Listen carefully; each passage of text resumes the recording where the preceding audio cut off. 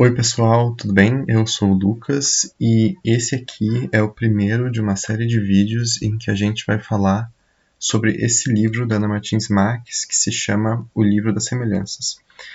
Esses vídeos estão sendo feitos, em primeiro lugar, por conta das atividades de estágio que eu estou fazendo no curso de letras. Eu estou fazendo essa como uma das atividades complementares da disciplina. E a gente vai tratar desse livro que, além de ser um livro de uma poeta contemporânea muito boa e muito importante na cena literária brasileira, também é um livro que está na lista de leituras obrigatórias do vestibular da Universidade Federal do Paraná. Então, aqui a gente vai tratar, nesse primeiro vídeo, de uma apresentação do livro e da autora e da primeira das 4 partes do livro. Antes da gente começar com a leitura dos poemas e a análise da obra, eu vou apresentar um pouco tanto o livro quanto a autora rapidamente. Essa aqui é a capa do livro, Livro das Semelhanças, que foi publicado em 2015 pela Companhia das Letras. E esta é a Ana Martins Marques, à esquerda, que é a autora. Ela tem mais, se eu não me engano, ela publicou ao todo livros dela sozinha. São 5 livros. Ela publicou A Vida Submarina, se eu não me engano, em 2009. Depois Da Arte das Armadilhas, O Livro das Semelhanças, O Livro dos Jardins e, mais recentemente, um livro que se chama Risque Esta Palavra. Ela nasceu em Belo Horizonte, em 1977. Ela é graduada em letras e também tem doutorado em literatura comparada pelo FMG. Antes da gente partir para a leitura dos poemas e dar a nossa olhada diretamente no livro, eu queria mostrar um trecho de uma entrevista que ela deu, em que ela fala sobre a relação dela com a poesia e o que ela pensa quando ela faz poesia. E eu acho que se é que eu tenho uma questão, qual é a minha questão com a poesia, eu não sei dizer exatamente, talvez porque a poesia para mim sempre tem estado um pouco aí, é uma relação que eu mantenho desde criança, então para mim é difícil dizer qual é a minha questão com a literatura, porque é uma questão que, mais ou menos, qual é a minha questão com a vida, como eu disse, a poesia ficou sendo um pouco o meu jeito de prestar atenção e de estar no mundo, quase. Mas se é que eu tenho uma questão hoje, uma questão que me intriga, que eu tento investigar um pouco, é essa relação da literatura e da poesia, especialmente, com o pensamento e com o conhecimento, que tipo de pensamento e que tipo de conhecimento do mundo e das coisas e da linguagem e de nós mesmos, o poema permite, aciona e tal. É uma coisa que não tem muita resposta, mas eu acho que, para mim, é importante, principalmente, entender como isso é diferente, por exemplo, da transmissão de informação, ou mesmo da construção de um conhecimento, de uma tese, de um conhecimento muito estável do mundo, Eu gosto de pensar o poema ao contrário, como um lugar meio de agitação da linguagem, que as coisas não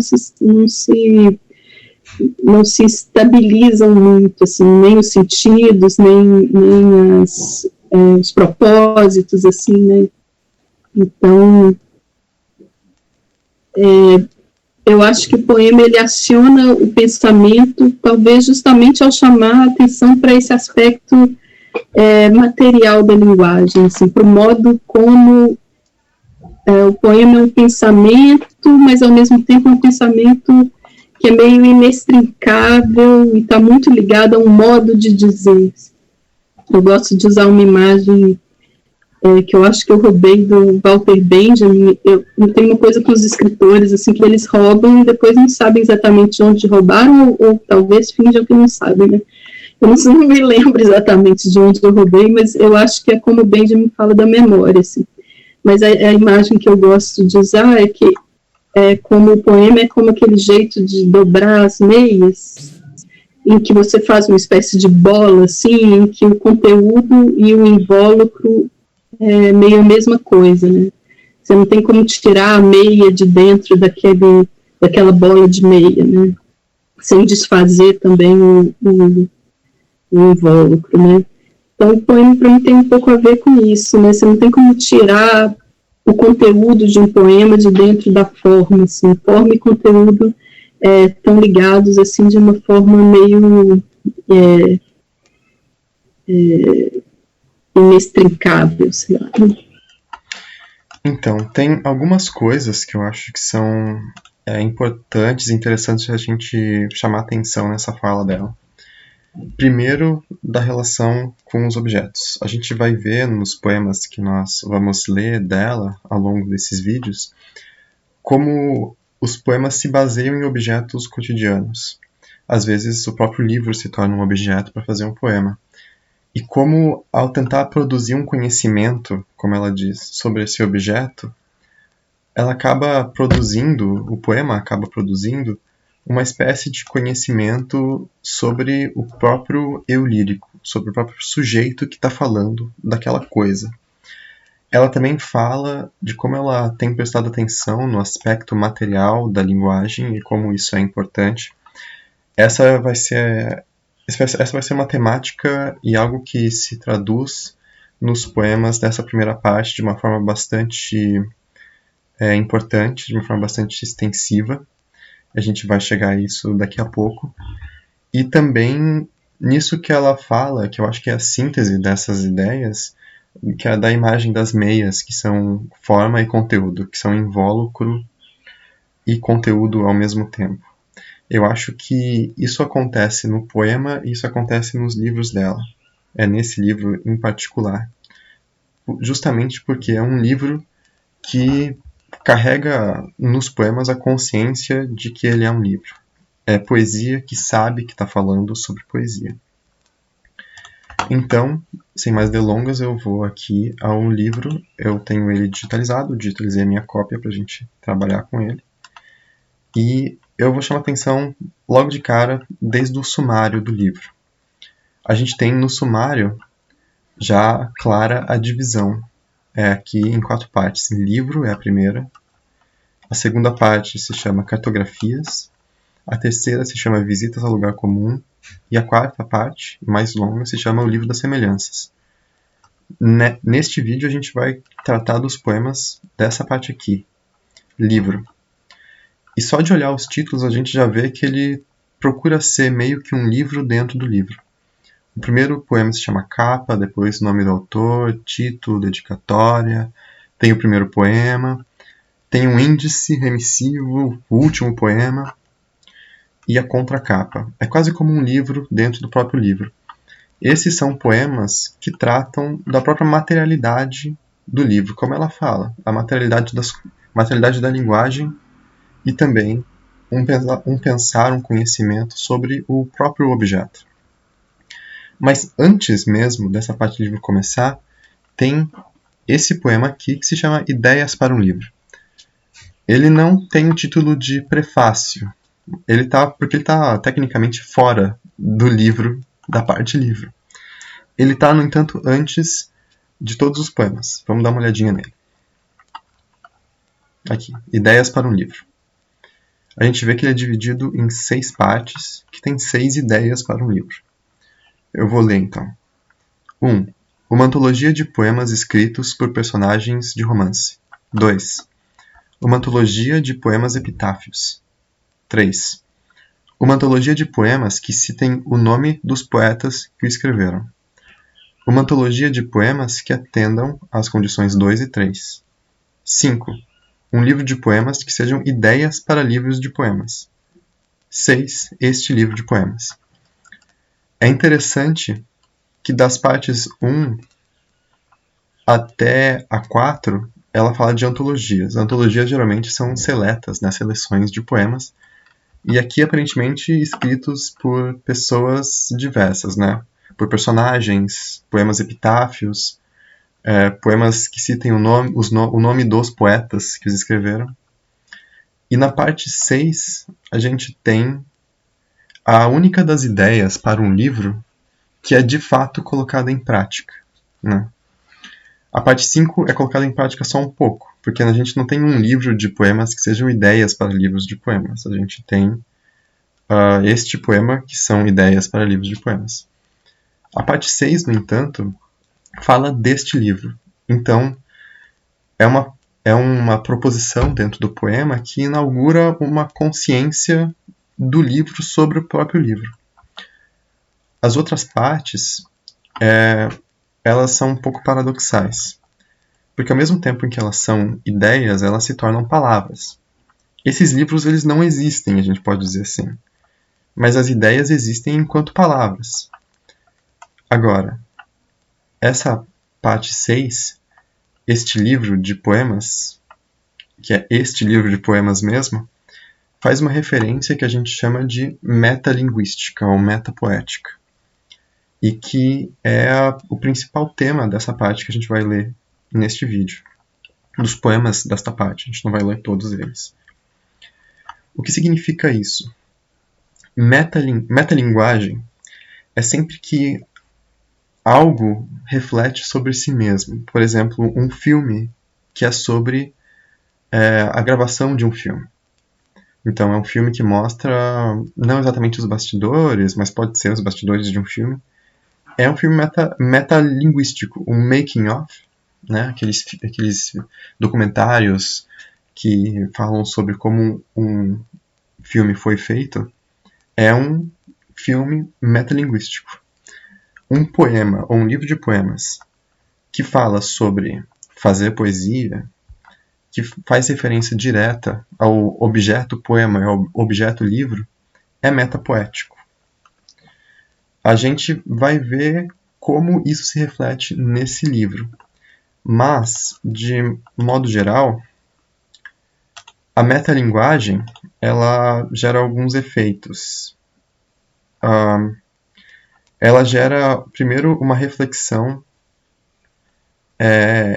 sobre o que o poema pode ou não fazer. Né? Que está aqui, esse quadrinho laranja. A poesia consegue falar sobre as coisas? Em que condições ela consegue falar sobre as coisas? O quanto a gente consegue se aproximar do mundo usando as palavras? Essas são questões possíveis. A gente vai ler nos poemas que eles refletem sobre a relação entre a poesia e o mundo, a relação entre o eu lírico, o mundo e até o leitor. O eu lírico é a voz que fala com a gente, ou que fala no poema, não necessariamente diretamente com a gente. E isso acaba desaguando numa reflexão sobre a própria possibilidade de se falar do mundo, dos sentimentos e do outro, da outra pessoa, pelas palavras. A gente lembra que o título do livro é Livro das Semelhanças. A gente vai ver como que isso se materializa nos poemas. O primeiro poema dessa parte do livro se chama Capa. É a primeira coisa que a gente vê num livro. Eu vou ler ele pra gente. Capa. Um biombo entre o mundo e o livro. Um biombo, a gente sabe que é algo que a gente coloca sobre um objeto, meio que para proteger ele, e cria uma separação entre o mundo e o objeto que está debaixo do biombo. Aqui a gente tem um livro sendo separado do mundo. Só que um biombo, assim como a capa de um livro, vou pegar o livro aqui, a gente consegue abrir. E a gente tem esse contato com o poema, com os poemas e com o conteúdo do livro. Desse modo, a gente vê que a ideia é que esse biombo seja retirado. Tem aquela ideia de julgar o livro pela capa, é uma expectativa que a gente tem sobre o conteúdo do livro. É interessante a gente ver que nesse poema aqui, a palavra biombo, se a gente pensar na forma do poema, a palavra biombo está aqui por cima, mas por baixo dela estão o mundo e o livro.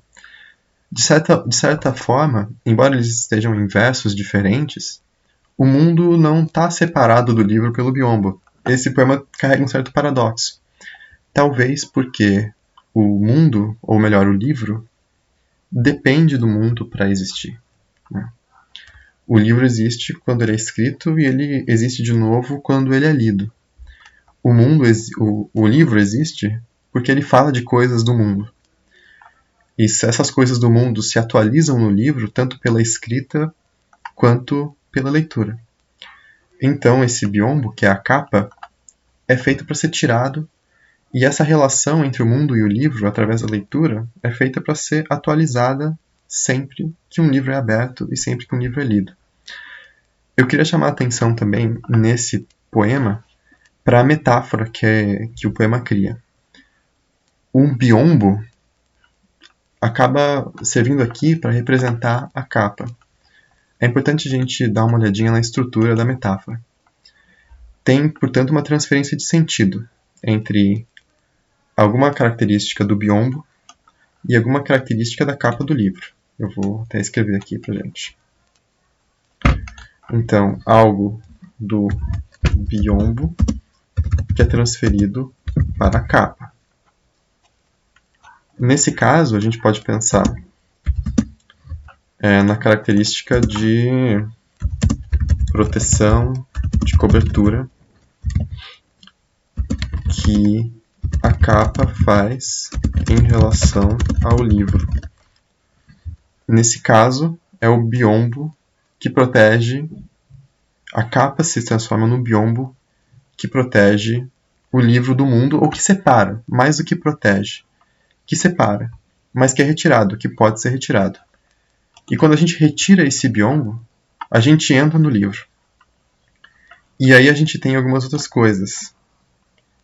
A gente vê aqui nesses poemas o nome do autor, o título, que mais uma vez chamam a atenção para o aspecto material do livro. Eu vou ler eles rapidinho, não vou analisar eles profundamente, mas o nome do autor, impresso, como parece estranho o mesmo nome com que te chamam. Aqui o eu lírico se coloca como alguém que é autor, né?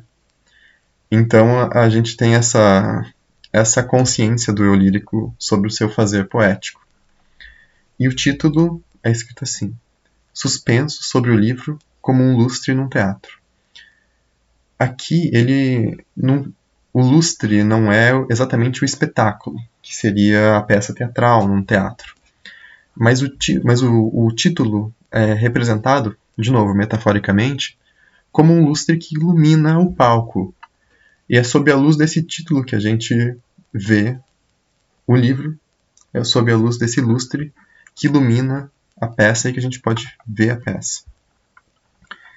Eu queria ler com vocês esse aqui que é o primeiro poema. Porque eu acho que não é o primeiro poema do livro, mas é o poema que se chama Primeiro Poema. Porque eu acho que é interessante a gente pensar na relação que é estabelecida entre mundo e poesia e o poema nesse poema. Então eu vou ler. Primeiro poema. O primeiro verso é o mais difícil. O leitor está à porta. Não sabe ainda se entra ou só espia, se lança o livro ou finalmente encara o dia. O dia. Contas a pagar, correspondência atrasada, congestionamentos, xícaras sujas. Aqui ao menos não encontrarás, leitor, xícaras sujas. Então a gente tem de novo aquela separação entre o poema e o mundo, né? Ou aqui o poema e o dia. O leitor ele é convidado a ficar no livro porque ele não vai encontrar no livro as coisas banais do dia, as xícaras sujas, a louça a ser lavada.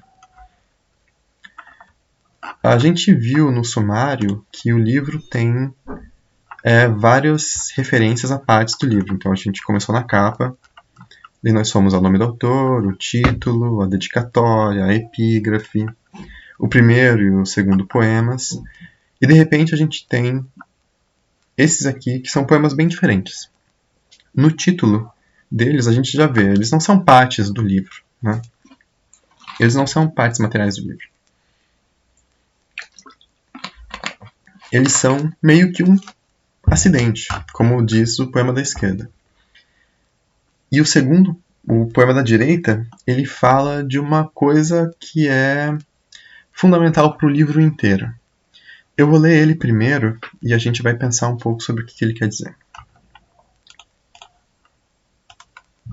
O encontro. Deixa eu só colocar um pouco mais pro lado. Assim eu acho que tá bom. Eu vou me diminuir um pouco. O encontro.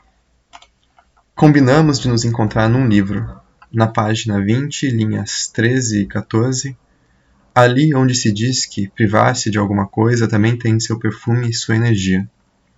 Combinamos de encontrar num mapa, depois da terceira dobra, entre as manchas de umidade e a cidade circulada de azul. Combinamos de nos encontrar na primeira carta, entre a frase estúpida em que reclamo da falta de dinheiro e a única palavra escrita à mão. Combinamos de nos encontrar no jornal do dia, em algum lugar, entre os acidentes de automóveis e as taxas de câmbio. Combinamos de nos encontrar neste poema, na última palavra da segunda linha da segunda estrofe, de baixo para cima. Aqui é colocado diretamente o poema como um lugar possível de encontro. O poema que se iguala aqui, num certo paralelismo, né?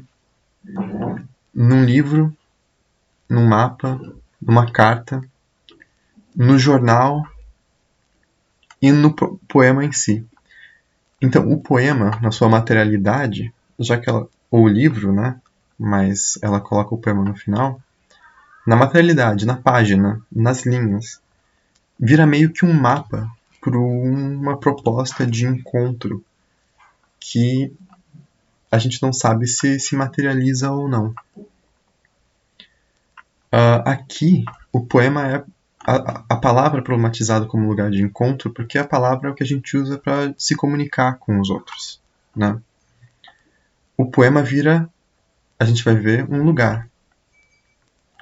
Tem uma instrução, meio que uma caça ao tesouro, né? Na página 20, nas linhas 12 e 13. Vale chamar a atenção que todas as estrofes desse poema começam do mesmo jeito, com a palavra combinamos. Combinamos de nos encontrar num livro, combinamos de nos encontrar num mapa, combinamos de nos encontrar na primeira carta, combinamos de nos encontrar no jornal do dia, combinamos de nos encontrar neste poema.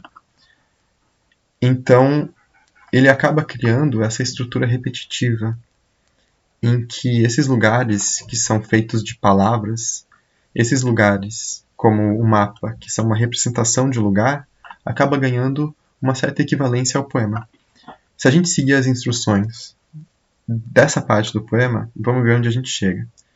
Combinamos de nos encontrar neste poema na última palavra da segunda linha, da segunda estrofe, de baixo para cima. De baixo para cima, a segunda estrofe é esta aqui. Se encontrar no jornal do dia. Na última palavra da segunda linha é essa aqui, é lugar, em algum lugar, o que coloca o poema como um lugar de encontro. Como eu disse anteriormente, o lugar de encontro do poema é pelas palavras. Então eu acho, a minha interpretação desse poema é que ele problematiza o quanto a gente consegue ou não se encontrar com o outro com as palavras, né? O quanto a palavra que eu uso é semelhante à palavra que o outro usa. O quanto o outro, ou eu mesmo, a gente consegue entender ou não, a gente consegue se entender ou não pelas palavras. Agora, focando nessa parte aqui, no privar-se de alguma coisa, também tem seu perfume, isso é meu cachorrinho late lá fora. Eu queria ler o poema Acidente, porque ele carrega essa ideia de privação de alguma coisa, e porque esses dois poemas juntos formam meio que um acidente dentro dessa parte, que não fala da parte do livro, mas fala do poema enquanto um lugar. Acidente. Escrevi este último poema... Desculpa, vou começar de novo. Escrevi este poema no último dia. Depois disso, não nos vimos mais.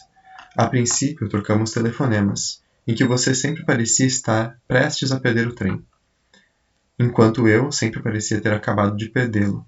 Escrevi este poema depois do primeiro telefonema, Você falava sobre vistos e repartições e sobre como para conseguir um documento sempre é necessário um outro, que no entanto só se pode obter de posse daquele.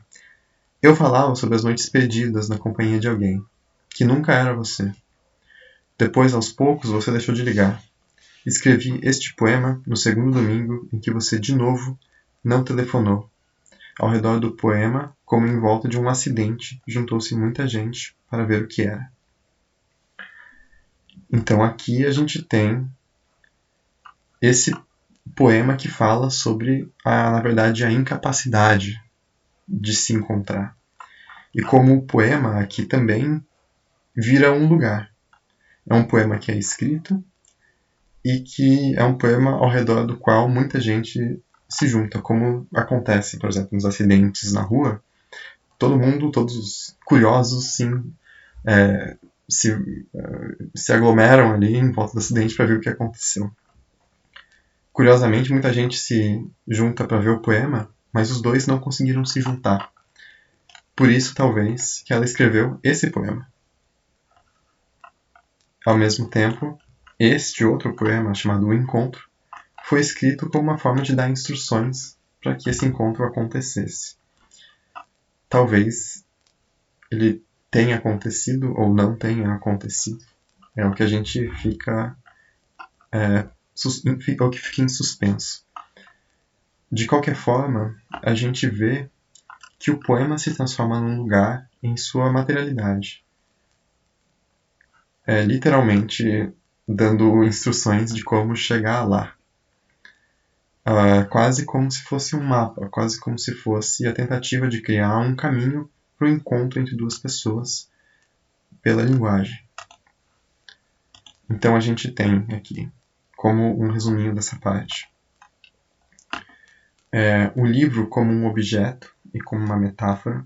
Os poemas refletem sobre a materialidade do próprio livro, e o livro se torna uma metáfora para um lugar de encontro. Né? O poema e o livro se tornam um lugar de encontro porque eles são feitos de matéria linguística, são feitos de linguagem. Né? Por isso que esse encontro, a possibilidade desse encontro, é refletida a partir da possibilidade de linguagem. Essa reflexão do objeto sobre si mesmo, a gente fala que é metalinguagem.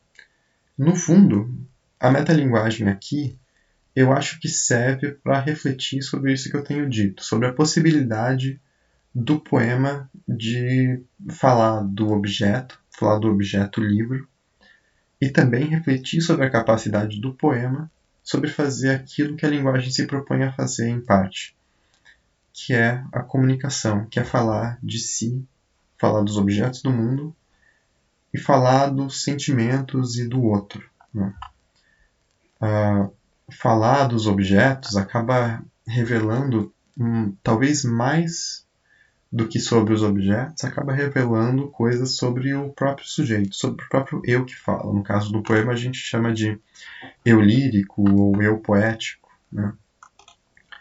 E nesse caso, essa discussão é feita, acaba criando um aspecto metafórico que chama atenção para as semelhanças entre as coisas. Ao mesmo tempo que acaba estabelecendo ou chamando atenção para a distância que parece insuperável entre o eu e o outro, entre as pessoas. Para fechar essa parte do livro, a gente vê que tem outros poemas aqui que falam, por exemplo, tradução, que é uma coisa muito discutida, né, em poesia, em literatura, o papel de seda, que é o material que se faz o poema, são uma ideia para um poema, não sei fazer poemas sobre gatos, poema de verão, poemas reunidos, o último poema. A gente vai... E daí tem outros poemas além desses, mas eu acho que eu vou ler o poema sobre gatos, porque ele parece interessante. Tem essa epígrafe aqui, Não Sei Gatografia, de uma poeta chamada Ana Cristina César. Vamos ler, então. Não sei fazer poemas sobre gatos. Se tento, logo fogem, furtivas as palavras, soltam-se ou saltam. Não capturam do gato nem a cauda sobre a mesa, quieta e quente, a folha recém-impressa, página branca com manchas negras. Eis o meu poema sobre gatos. Então esse poema aqui ele é um pouco brincalhão, mas ele fala muitas coisas interessantes que de alguma forma sintetizam as questões que a gente falou aqui, né?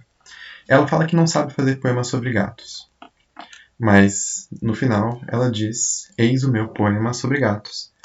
Às vezes um poema pode ser sobre a incapacidade de fazer um poema. Esse aqui é um exemplo perfeito de um poema metalinguístico, porque ele fala sobre fazer um poema e ele acaba comparando as palavras com os gatos. Os gatos, eles são muito rápidos, muito ágeis, eles fogem facilmente da gente. Às vezes a impossibilidade de falar é como correr atrás de um gato. Eles acabam se soltando, eles são furtivos. A gente não consegue capturar. Aqui é interessante como o gato, além de ser uma metáfora para a palavra, trata-se da palavra gato também, né? A gatografia, né? Grafia significa escrever, a escrita de gatos, acaba sendo pela ausência do gato que foge, mas que ao mesmo tempo está presente enquanto palavra. E uma página branca com manchas negras, que seria a própria página do livro de poemas. E a mancha negra, mancha, é o que a gente chama do papel, ou melhor, do espaço ocupado pelas letras no papel do livro.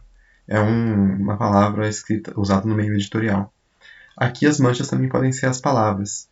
Embora ela diga que as palavras fogem, as palavras estão aqui. Ela escreveu mesmo sobre essa impossibilidade. Então, um poema sobre gatos, às vezes, pode ser um poema sobre a dificuldade de escrever também, nesse caso. Aqui a gente tem mais uma ideia para um poema. Eu não vou ler todos esses poemas, mas eu queria só mostrar esse último poema, então.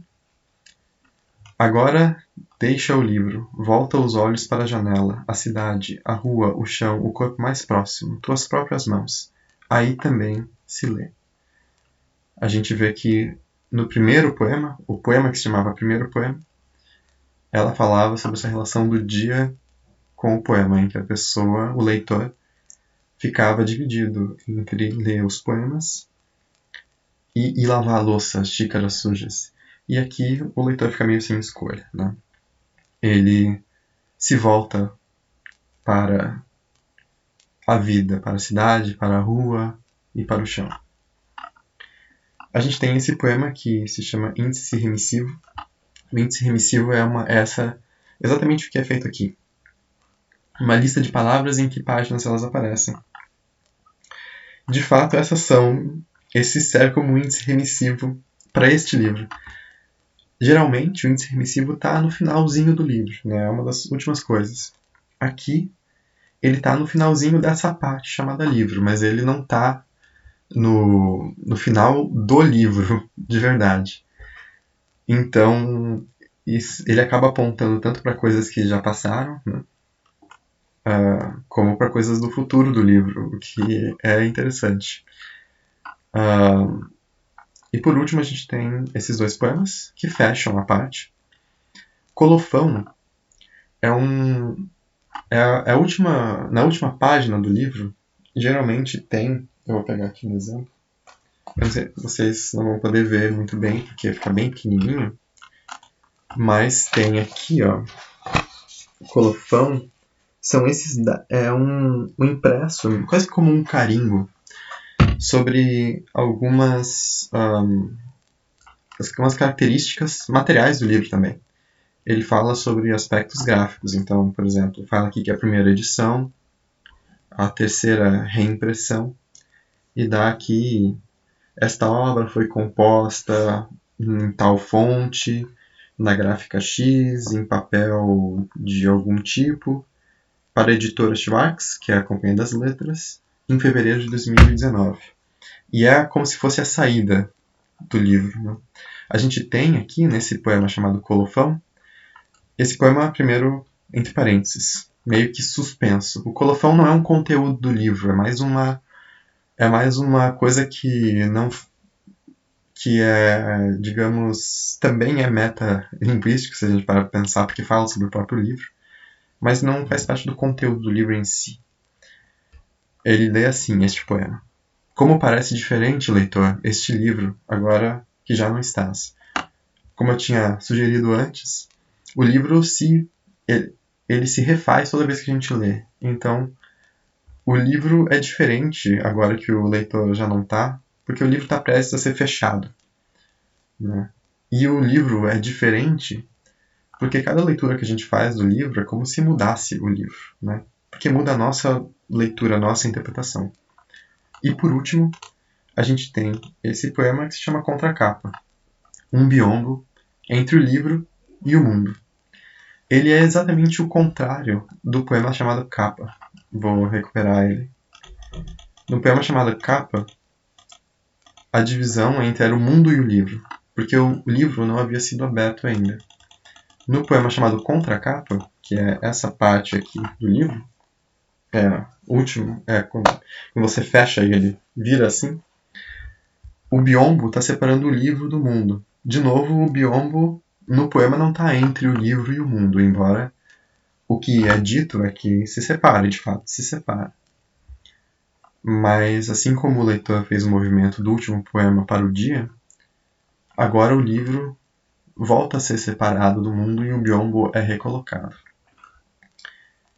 Então, isso conclui, eu acho, esse vídeo sobre essa primeira parte do livro das semelhanças da Ana Martins Marques. A gente viu que é uma parte do livro que coloca a materialidade do livro em questão. Então, é um livro que se sabe, um livro de poemas. O livro se torna uma metáfora, ao mesmo tempo que ele é tido como um objeto. Então, ele se torna uma metáfora para um lugar de encontro em um dos poemas. E reflete sobre o que é um poema, a relação do leitor com o poema, a relação do poema com o mundo e o poema como uma possibilidade de lugar de encontro. Essa última ideia eu fiz questão de frisar várias vezes, porque vai ser muito importante nas próximas partes do livro que a gente vai comentar depois. É isso por enquanto. Eu fico por aqui e no próximo vídeo a gente vai comentar sobre a próxima parte do livro que se chama Cartografias. Muito obrigado.